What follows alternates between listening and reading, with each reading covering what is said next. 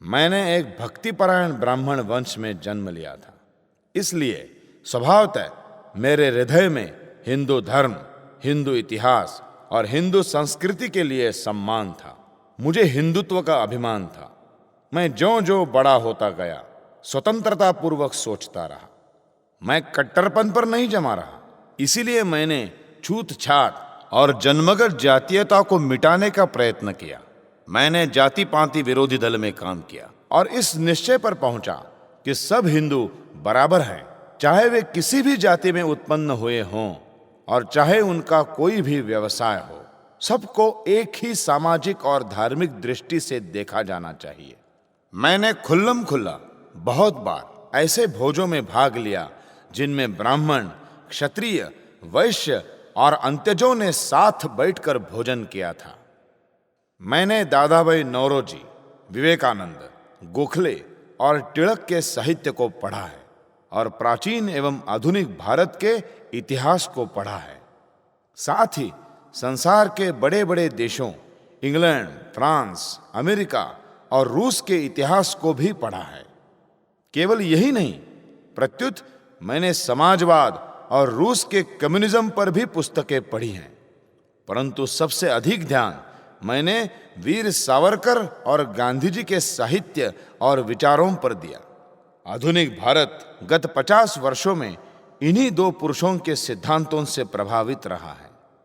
पर्याप्त पढ़ने और सोचने के पश्चात मुझे ऐसा लगता है कि देशभक्त होने के नाते मेरा सर्वप्रथम कर्तव्य हिंदुत्व और हिंदू जनता की सेवा करना है, क्योंकि 30 करोड़ हिंदुओं की स्वतंत्रता और उनके अधिकारों की रक्षा करना संपूर्ण संसार के 5वें भाग की भलाई करना है।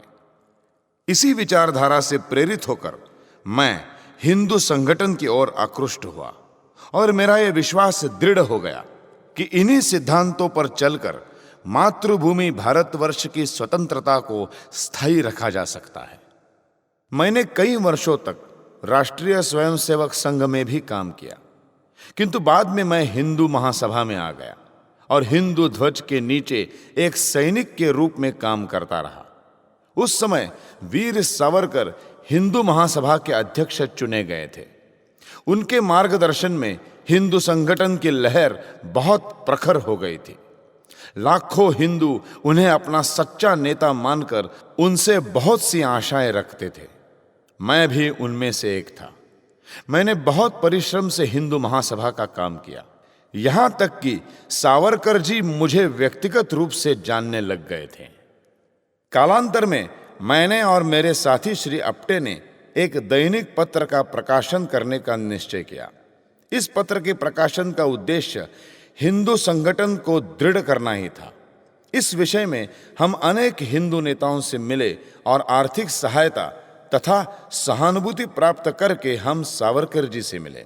उन्होंने भी इस विषय में सहानुभूति दिखाई और हमें इस शर्त पर 75 सहस्त्र रुपया भी दिया कि हम एक लिमिटेड फर्म बनाएं जिसमें इन 75 सहस्त्र रुपयों के शेयर रखे जाएं।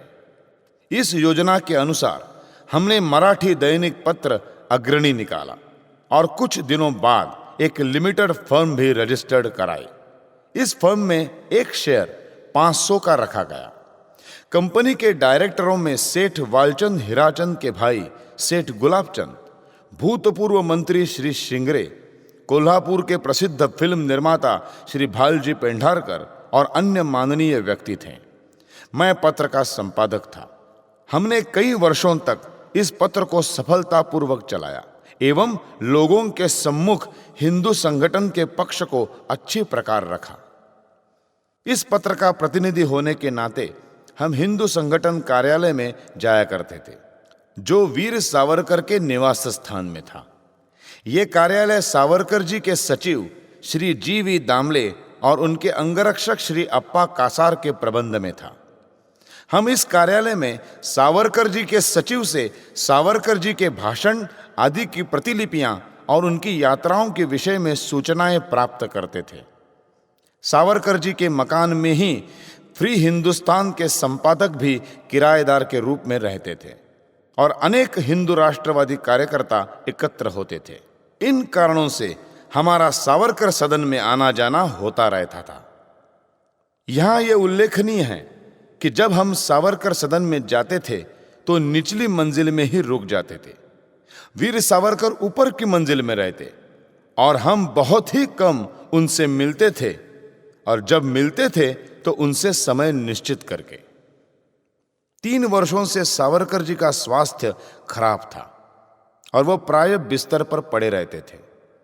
उन्होंने अपना सार्वजनिक कार्य निलंबित कर दिया था। इस प्रकार हिंदू महासभा का नेतृत्व करने के लिए कोई प्रभावशाली व्यक्तित्व नहीं रह गया था और हिंदू सभा का कार्य शिथिल होता जा रहा था। जब श्री मुखर्जी इसके अध्यक्ष बने तब हिंदू महासभा कांग्रेस की तुलना में बहुत निर्बल हो गई थी। उस समय एक और गांधी जी के अनुयायी ऐसी नीतियों पर चल रहे थे जो हिंदू के लिए घातक थी, और दूसरी ओर मुस्लिम लीग हिंदुओं का विनाश करने पर तुली हुई थी। परंतु हिंदू महासभा की इतनी शक्ति न थी कि वो दोनों को पराजित कर सके। उस समय मुझे कोई आशा नहीं रही कि महासभा की कार्य पद्धति पर चलकर हिंदू संगठन सफल हो सकेगा। इसलिए मैंने यह निश्चय किया कि उन युवक कार्यकर्ताओं का संगठन करूं जो मेरे विचारों के हों। इस प्रकार मैंने बुजुर्ग नेताओं का परामर्श लिए बिना ही गांधीवाद और मुस्लिम लीग के विरुद्ध लड़ने का कार्यक्रम बनाया। उन्हीं दिनों बहुत सी घटनाएं ऐसी हुई जिनसे मुझे ऐसा विश्वास हो गया कि सावरकर जी और अन्य नेता मेरे विचारों के युवकों की उग्र नीति का समर्थन नहीं करेंगे। 1946 में सुहरावर्दी की सरकार के समय नौखाली में मुसलमानों के हाथों हिंदुओं पर जो अत्याचार हुए उससे हमारा खून खौल गया। हमारा क्षोभ उस समय और भी उग्र हो गया जब गांधी जी ने सुहरावर्दी को शरण दी और प्रार्थना सभाओं में उसे शहीद साहब के नाम से संबोधित करना प्रारंभ किया। गांधी जी जब दिल्ली में आए तो भंगी कॉलोनी के मंदिर में अपनी प्रार्थना सभा में जनता और पुजारियों के विरोध करने पर भी उन्होंने कुरान की आयतें पढ़ी, लेकिन कभी भी वो किसी मस्जिद में गीता न पढ़ सके। वो जानते थे कि मस्जिद में गीता पढ़ने से मुसलमानों द्वारा उनके साथ किस प्रकार का व्यवहार होगा। वे सदा सहनशील हिंदुओं को ही कुचलते रहे। मैंने गांधी जी के इन विचारों को कि हिंदू सहनशील होता है नष्ट करने का निर्णय किया। मैं उनको यह सिद्ध करके दिखाना चाहता था कि जब हिंदू का अपमान होता है तब वो भी सहनशीलता छोड़ सकता है, और ऐसा ही करने का निश्चय किया। मैंने और आप्टे ने यह निश्चय किया कि उनकी प्रार्थना सभाओं में इतने प्रदर्शन करें कि उनके लिए प्रार्थना सभा करना असंभव हो जाए। श्री आप्टे ने कुछ शरणार्थी साथ लेकर शहर में एक जुलूस भी निकाला जिसमें गांधी जी और सुहरावर्दी के विरुद्ध नारे लगाए गए और भंगी कॉलोनी की प्रार्थना सभा में प्रदर्शन किया। उस समय हमारा हिंसा करने का लेश मात्र भी विचार न था। फिर भी गांधी जी ने कायरता पूर्वक पिछले दरवाजे से शरण ली और अपने आप को सुरक्षित करने का प्रयत्न किया। जब श्री सावरकर ने इस प्रदर्शन के विषय में पढ़ा तो उन्होंने हमारे कार्य की प्रशंसा नहीं की। प्रत्युत मुझे एकांत में ऐसे कार्य के लिए बहुत बुरा भला कहा। यद्यपि हमने प्रदर्शन शांतिपूर्ण किए थे, तथापि उन्होंने कहा, जिस प्रकार मैं इस बात की निंदा करता हूं कि कांग्रेस से संबंध रखने वाले लोग हमारी सभाओं और चुनाव में शांति भंग करते हैं, उसी प्रकार मुझे इस बात की भी निंदा करनी चाहिए कि हिंदू संगठनवादी लोग कांग्रेस वालों के किसी कार्यक्रम को भंग करते हैं। यदि गांधी जी अपने प्रार्थना सभाओं में हिंदुओं के विरुद्ध बोलते हैं तो उसी प्रकार आप भी अपनी पार्टी की सभा करें और गांधी जी के सिद्धांतों का खंडन करें। हम सबको अपनी अपनी बात का प्रचार संवैधानिक नियमानुसार करना चाहिए। दूसरी महत्वपूर्ण घटना उस समय हुई जब भारत के विभाजन का अंतिम निश्चय हुआ। उस समय कुछ हिंदू सभाई ये जानना चाहते थे कि विभाजित भारत की नई कांग्रेस सरकार के साथ हिंदू महासभा का क्या व्यवहार होगा। वीर सावरकर आदि हिंदू नेताओं ने कहा कि नई सरकार को किसी दल अथवा कांग्रेस की सरकार नहीं मानना चाहिए, प्रत्युत भारत की राष्ट्रीय सरकार समझना चाहिए और उसकी प्रत्येक आज्ञा का पालन करना चाहिए। उन्होंने कहा कि पाकिस्तान बनने का उनको दुख तो अवश्य है, परंतु फिर भी नई आजादी की रक्षा करने के लिए और उसे स्थायी रखने के लिए नई सरकार को सहयोग देना ही हमारा ध्येय होना चाहिए।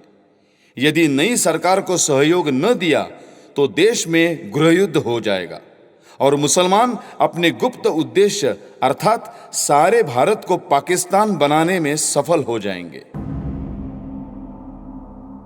मुझे और मेरे मित्रों को सावरकर जी के ये विचार संतोषजनक नहीं लगे। हमने सोच लिया कि हमें हिंदू जाति की हित में सावरकर जी के नेतृत्व को छोड़ देना चाहिए।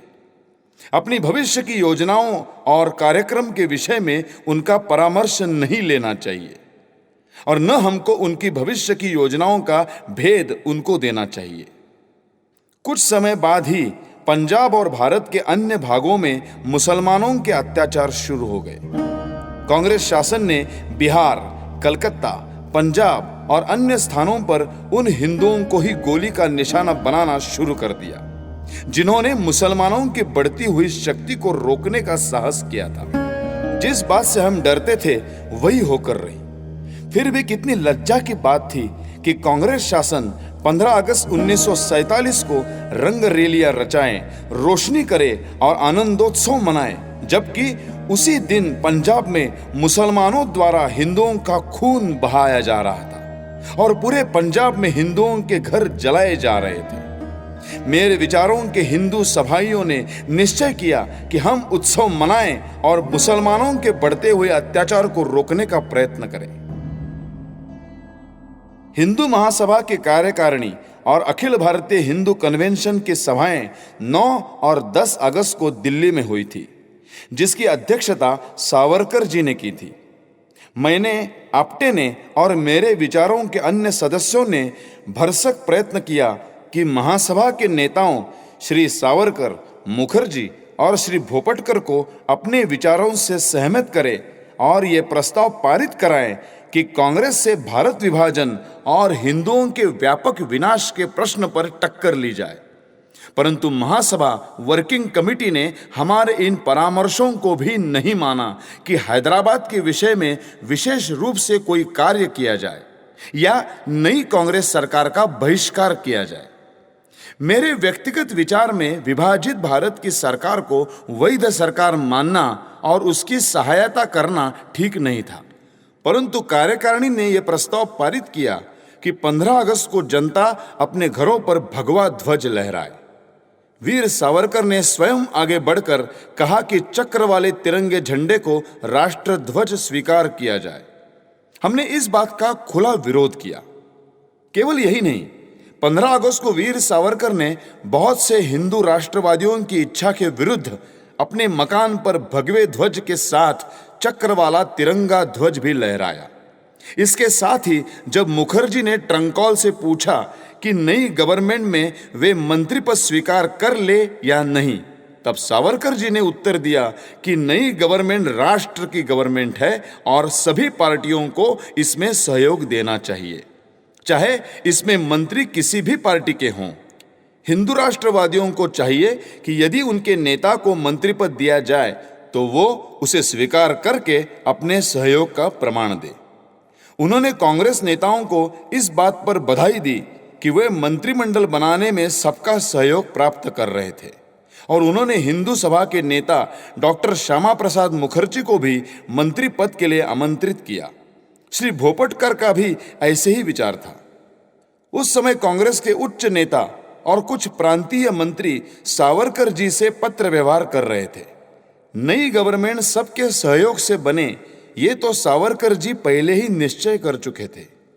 मुझे सब दलों की मिलीजुली सरकार से कोई विरोध न था, परंतु चूंकि कांग्रेस गवर्नमेंट गांधी जी के इशारों पर चलती थी और यदि किसी समय कांग्रेस सरकार उनकी कोई बात नहीं मानती थी तो वो अनशन की धमकी देकर मना लेते थे। ऐसी स्थिति में जो सरकार बनती उसमें कांग्रेस का बहुमत तो निश्चय ही था और ये भी तय था कि वह सरकार गांधी जी की आज्ञा में चलेगी और तब उसके द्वारा हिंदुओं के साथ अन्याय होता रहना निश्चित था। जो भी कार्य वीर सावरकर आदि ने इस दिशा में किया, मेरे मन में उनके इस नीति के प्रति घोर विरक्ति हो गई और मैंने, आप्टे ने एवं अन्य हिंदू संगठनवादी नवयुवकों ने यह निश्चय किया कि सभा में पुराने नेताओं से बिना पूछे अपना कार्यक्रम बनाएं और चले। हमने ये भी सोच लिया कि अपनी कोई योजना किसी को नहीं बताएंगे, यहां तक कि सावरकर जी को भी नहीं। मैंने अपने दैनिक पत्र अग्रणी में हिंदू महासभा की इस नीति और वृद्ध नेताओं के कार्यों की आलोचना आरंभ की और हिंदू संगठन के इच्छुक नवयुवकों का आह्वान किया कि वे हमारे कार्यक्रम को अपनाएं। नया कार्यक्रम बनाने के लिए मेरे पास दो मुख्य मार्ग थे जिनसे मैं आरंभ करता। पहला तो यह था कि शांतिपूर्वक गांधी जी की प्रार्थना सभा में प्रदर्शन किए जाएं, जिससे उनको यह ज्ञान हो जाए कि हिंदू सामूहिक रूप से उनकी नीति का विरोध करते हैं, अथवा प्रार्थना सभाओं में जिनमें वे हिंदू विरोधी प्रचार करते थे अपने विरोध से गड़बड़ फैलाई जाए। दूसरा ये कि हैदराबाद के विषय में आंदोलन प्रारंभ किया जाए, जिससे हिंदू भाई बहनों की यवनों के अत्याचार से रक्षा हो। ये कार्यक्रम गुप्त रूप से ही चल सकते थे और वो भी एक व्यक्ति की आज्ञा का पालन करने पर। इसलिए हमने ये निर्णय किया कि ये योजना केवल उन्हीं को बताई जाए जिनका इस मार्ग पर विश्वास हो और जो इस विषय में प्रत्येक आज्ञा का पालन करने को तत्पर हो। मैंने यह सब विस्तार से इसीलिए बताया है कि मुझ पर दोष लगाते हुए कहा गया है कि मैंने सब कुछ सावरकर के इशारे पर किया, स्वयं अपनी इच्छा से नहीं। ऐसा कहना कि मैं सावरकर जी पर निर्भर था, मेरे व्यक्तित्व का, मेरे कार्य का और निर्णय की क्षमता का अपमान है। ये सब मैं इसीलिए कह रहा हूं कि मेरे विषय में जो भ्रांत धारणाएं हों वे दूर हो जाएं। मैं इस बात को दोहराता हूं कि वीर सावरकर को मेरे उस कार्यक्रम का तनिक भी पता नहीं था जिस पर चलकर मैंने गांधी जी का वध किया। मैं इस बात को भी दोहराता हूं कि यह निरा झूठ है कि आप्टे ने मेरे सामने या मैंने स्वयं बड़गे को कहा कि हमें सावरकर जी ने गांधी, नेहरू और सुहरावर्दी को मारने की आज्ञा दी है। ये भी सच नहीं है कि हम ऐसी किसी योजना या षड्यंत्र के बारे में श्री बड़गे के साथ सावरकर जी के अंतिम बार दर्शन करने गए हों और उन्होंने हमें आशीर्वाद किए शब्द कहे हों, सफल हो और वापस लौटो, यशस्वी हो। यह असत्य है कि आप्टे या मैंने बड़गे को कहा कि सावरकर ने हमें कहा है कि गांधी जी के 100 बरस पूर्ण हो चुके हैं, इसलिए तुम अवश्य सफल हो जाओगे। मैं न तो इतना अंधश्रद्ध था कि सावरकर की भविष्यवाणी के आधार पर कार्य करता और न इतना मूर्ख था कि ऐसे भविष्य कथन पर भरोसा करता। राष्ट्राय स्वाहा।